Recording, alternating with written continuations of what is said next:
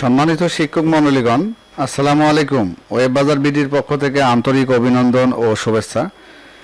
আপনারা শিক্ষালয়ে যারা theme use করতেছেন বা ব্যবহার করতেছেন, তো শিক্ষক কর্মচারীর তথ্য আপনি যদি পিডিএফ বা কিভাবে করবেন পরিসংখ্যানটি যদি আপনার ওয়েবসাইটে আপলোড করতে চান, সেক্ষেত্রে আমি আপনাকে এই ভিডিওর মাধ্যমে দেখিয়ে দিতে পারবো।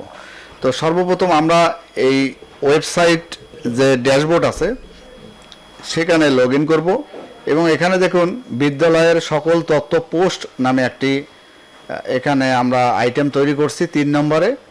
এখানে যদি আপনি যান অ্যাড নিউ পোস্ট, আমরা অ্যাড নিউ পোস্টে যাব এবং এখানে আমরা লিখে দেব শিক্ষক কর্মচারীর তথ্য। এটি ইউনিকোড দিয়ে লিখতে হবে। লেখার পরে আমরা এটি ক্লোজ করে দিলাম। এখানে আমরা আমাদের যে তথ্যগুলো আছে এই তথ্যগুলা এখানে আমরা দিয়ে দিলাম। তো এটার সিস্টেম আমরা এভাবেই করে দিতে পারি।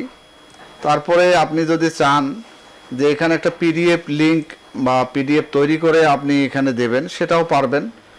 মানে পিডিএফ লিংক যদি আপনার গুগল ড্রাইভের লিংক থাকে সেক্ষেত্রে আপনি এখানে দিতে পারেন যে ডাউনলোড পিডিএফ দিয়ে আপনি এখানে লিংক করে দিতে পারেন। মনে করেন লিখলেন যে ডাউনলোড পিডিএফ। এখানে আপনার এই পিডিএফ যে লিঙ্কটি আছে অর্থাৎ গুগল ড্রাইভে, সেই গুগল ড্রাইভের লিঙ্কটি আপনি এখানে বসিয়ে দিতে পারেন, দিয়ে আপনি এটা দিয়ে সেভ দিতে পারেন।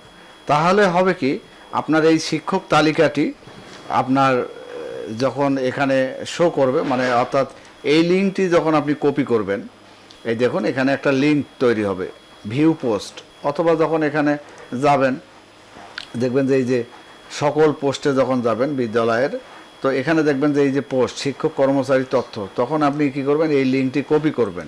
কপি করে আপনার যে মেনু বার আছে, এখানে যে মেনু আছে দেখুন মেনু বার, এই মেনুতে যাবেন। এখানে আপনার যে মেনুটি আছে সেই মেনুটি আপনি এখানে সেট করে দিতে পারেন। আমি আপনাদেরকে দেখাচ্ছি। সর্বপ্রথম আপনাকে যাইতে হবে কাস্টম লিঙ্কে।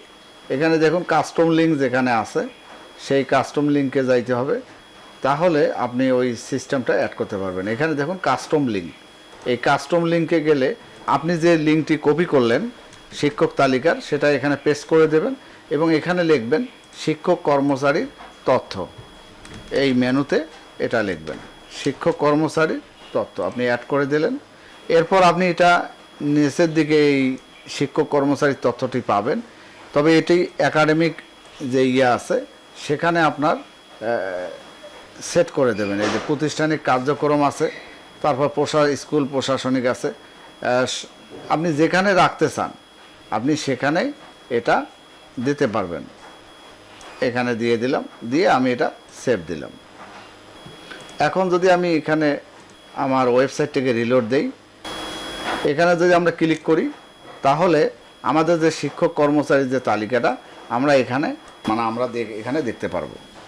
তো সকল একটা পরিসংখ্যান এখানে আপলোড করতে পারেন, সেটা আমি আপনাদেরকে দিয়ে দিলাম। তো ধন্যবাদ সবাইকে, ভালো থাকবেন, আল্লাহ হাফেজ।